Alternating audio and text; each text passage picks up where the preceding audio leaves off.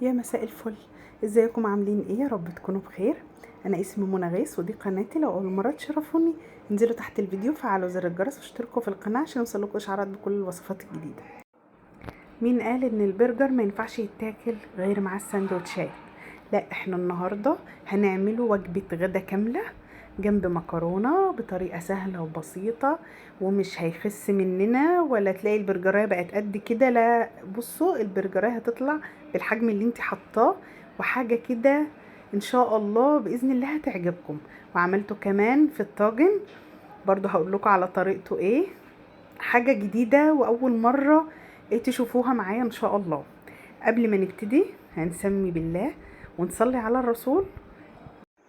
صينية البرجر اللي معانا متاح ليكي تحطي فيها الخضار اللي بتحبيه. أنا ضفت النهاردة بصل وفلفل أخضر وطماطم. أنا أحيانا بعملها بالبطاطس بس ما عملتش النهاردة بطاطس. خلاص. أول حاجة أنا بجيب البصل وبخرطه ترنشات كده زي ما هتشوفوا معايا. بالنسبة للبرجر يا جماعة، البرجر ده جاهز ان شاء الله. ربنا ييسر كده وهعمل لكم البرجر في البيت، وهعمل لكم عليه فيديو برضو. طريقته في البيت بتبقى سهلة جدا وزي بتاع المصانع بالظبط. بس ايه، خلينا النهاردة في البرجر الجاهز. هو اللي انا عملته ايه، ان انا قطعت البصل ترانشات والفلفل الاخضر ترانشات. الطماطم مش هضيفها دلوقتي خالص. الطماطم بحطها على الوش كده لما بحط البرجر مع البصل والفلفل لازم بديهم تشويحه الاول قبل ما اضيف البرجر عليهم. اي صينيه عندك بتحطي فيها حبه زيت وتنزلي بقى بالبصل والفلفل الاول. لازم البصل والفلفل ياخدوا تشويحه، انا مش عايزاهم يستووا قوي وما بيبقوا فيهم برضو القرشه. بس لازم هما بيتشوحوا الاول. طبعا الطماطم لو انا حطيتها هتنزل ميتها في الصينيه، فخلينا الاول في البصل والفلفل الاخضر. لو انت حابه تضيفي فلفل حامي او فلفل الوان، انت زي ما قلت لك متاح معاكي تضيفي اي خضار انت حباه.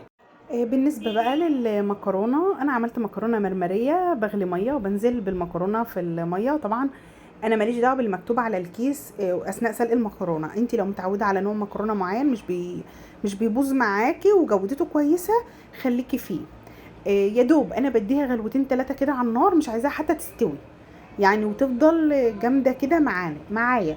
ليه؟ لان انا لما بعمل الصلصه بسيبها ما بتبقاش متسبكه قوي، لان انا بحب المكرونه نفسها اللي يسويها هي الصلصه اللي انا عملتها. خلاص. انا رفعتها بقى كده على النار وخلاص. البصل والفلفل خدوا تشويحه معايا كويسه. بقسم كميه الخضار دي في طبق تاني لوحدها. تمام. وهقول لكم ليه. هو ان شاء الله دي البرجر ده هيبقى على صينيتين، هيعمل صينيه كمان صغيره. باخد بقى كميه كده من البصل والفلفل، وباقي البصل بفرده في الصينيه وانزل بقى بالبرجر بتاعي واحده واحده كده في الصينيه. تمام. حاولي بقى وانت بتحطي البرجر في الصينيه يبقى ايه، رصه واحده علشان لما يجي يتحمر ما يبقاش من تحت ابيض واللي اللي على الوش بس ولا ياخد تحميره في الشوايه. خلاص. انا كده رصيت كميه كده كويسه عشان كل البرجر كده يبقى ياخد وش لما احطه تحت الشوايه. وبنزل بشويه من البصل والفلفل والطماطم كده زي ما انتم شايفين على الوش. طبعا ما حطيتش اي ملح ولا فلفل ولا حاجه، لان البرجر بينزل التوابل بتاعته عشان ما يبقاش حامي معايا. انا كده رفعته على النار، على نار هاديه خالص. هو بينزل ميه بسيطه. اللي انا حطيته ده معلقه من ميه المكرونه، معلقه واحده بس من المعالق اللي هي المقصوصه الكبيره. تمام، عشان تضمني ان البرجر بتاعك مستوي تمام وزي الفل. خلاص. بالنسبه للمكرونه بقى، انا جبت حله حطيت فيها شويه من الزيت وفصين من الثوم. شوحتهم على النار لما بقى لونهم ذهبي، ونزلت بالصلصه بتاعتي عليهم. طبعا كميه الصلصه تبع المكرونه اللي انت بتحطيها. برفعهم بقى على النار ياخدوا غلوه كده، ومش بخليها تتسبك قوي لان انا طبعا المكرونه بتاعتي مش مسلوقه قوي، هتعوز تاخد فتره في التسويه شويه مع الصلصه. هما ما فيش حوالي 3 دقايق، والبخار بقى بتطفي عليها والبخار بقى بيكمل سواها. تمام. نزلت بس بشويه من الملح وشويه من الفلفل الاسود وشويه من الشطه. انا مش هضيف اي توابل تانية على المكرونه، لان احنا البرجر بتاعنا بيبقى التوابل بتاعته كتير يعني، ومش محتاجين اي توابل زيادة في الاكل. خلاص كده احنا خلصنا المكرونه. بالنسبه للبرجر، البرجر بتاعي شوفوا طلع يا جماعه، وعلى فكره كل قرص برجر ماسك نفسه. بدخله بقى تحت الشوايه ياخد بس لون. نزلت بالمكرونه بتاعتي كده على النار. في خطوه بقى انا هعملها معاكم، يعني هتبقى دي تعتبر اكله تانية. لو انت عندك طواجن من اللي هي الصغيره دي، انتوا عارفين انتوا اللحمه، المكرونه باللحمه المفرومه اللي هو طاجن المكرونه بالفرن الاحمر، احنا هنعمله النهارده بالبرجر. طاجن عادي خالص اهو زي ما انتوا شايفين. نزلت بمعلقه من الزيت وهديها مسحه كده، وهنزل بحبه من الخضار اللي انا عاملاه، وهحط قرصين برجر. ده طالع طبق يعني يكفي فرد. انا اللي خدت الطبق ده، وكان بقى يعني انا مش عايزه اقول لكم كان تحفه. المكرونه بقى شاربه من طعم البرجر صح، وتوابل البرجر ومع الخضار، حاجه كده مش عايزه اقول لكم على جمالها. تحفه يا جماعه. جربوه في الطواجن هيعجبكم جدا جدا. نزلت بقى المكرونه، طبعا انا كنت قلبتها، نزلت بحبه كده من المكرونه. طبعا انا لسه كان معايا صوص في المكرونه، صلصه زي ما انتم شايفين، انا لسه كانت هتكمل سواها على النار. في نفس الوقت برضو الطاجن انتوا بتحطوا بقى كميه المكرونه اللي تكفي فرد، دي حاجه بقى زي ما تحبوا. طبعا انا ما مليتش الطاجن قوي لان لسه المكرونه مع التسويه هتزيد. بتقفليها بورق سيلوفان كده زي ما انت شايفه، وتقفلي عليه حلو. المكرونه دي انا هحطها على النار، على نار هاديه لحد ما الاقيها عملت بخار كده، اقوم طافيه عليها على طول.